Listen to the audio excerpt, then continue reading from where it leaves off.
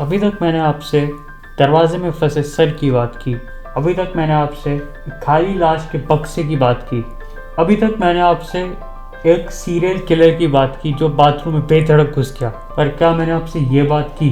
तो मैं बात कर रहा हूँ जॉस फिल्म की और उसका वो सीन, वो शार्क वाला सीन।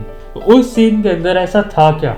तो उस सीन के अंदर एक बोट थी और 3 लोग जिनका नाम था ब्रॉडी, क्विंट और हूपर।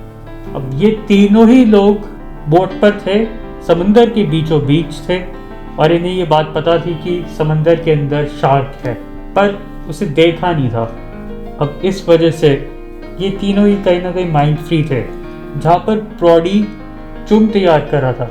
अब चुम वो चीज़ होती है जो मछली के चारे के लिए इस्तेमाल की जाती है। तो वो बस तैयार ही कर रहा था, पर तभी उसे एक आवाज़ आती है और वो समंदर के पास जाता है और वहाँ पर निकल के आती है एक सफ़ेद भयानक शार्क जो जैसा उसने सोचा था उससे कई ज़्यादा बड़ी थी। अब उस शार्क को देखने के बाद उसका चेहरा ही एक्चुअली हैड नो रिएक्शन, क्योंकि वो अंदर से इतना दहल गया था, पता ही नहीं था उसे कि अब वो क्या करे। और वही वो टाइम था जब हमें ये लाइन सुनने को मिली, I think we gonna need a bigger port. तो बस उस एक लाइन में इस पूरे सीन को समा दिया उसने। उस एक लाइन के पीछे की गहराई वो तो सिर्फ उस सीन में ही समझी जा सकती है। पिछली वीडियो में मैंने आपको हेश जॉनी वाली लाइन के बारे में बताया था। तो वो एक ऐसी लाइन थी जो फिल्म के अंदर थी नहीं और उसी वक्त बनाई गई थी। सेम उसकी तरह ये लाइन भी फिल्म के अंदर थी ही नहीं, ये ऑन द स्पॉट किया गया था और डायरेक्टर को ये सीन इतना पसंद आया कि he did not refuse it.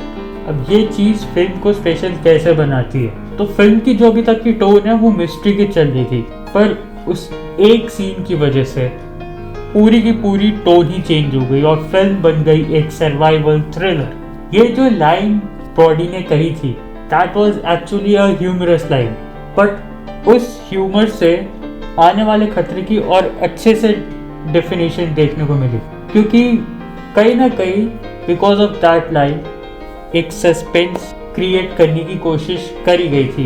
Because ये तो सिर्फ शुरुआत थी, फिल्म तो भी बाकी थी, जिसकी वजह से ऑडियंस को और ज़्यादा डर लगा। अब ये सब चीज़ें आज के टाइम में कॉमन है, बट मैं बात कर रहा हूँ 1975 की, दैट इज़ आज से 50 साल पहले। तो सोचो उस वक्त पे लोगों का क्या ही हाल हुआ होगा। खैर, अब ये सीन स्पेशल क्यों था और इस सीन का क्या सिग्निफिकेंस था ये तो मैंने आपको अभी इस वीडियो में बताया, पर इस सीन से आगे चल के सिनेमा पे क्या इम्पैक्ट पड़ा इसकी बात मैं करूँगा अगली वीडियो में। तो फिलहाल के लिए तो मेरा हो गया और मैं यहाँ पे समाप्त करता हूँ। Thank you for being here guys.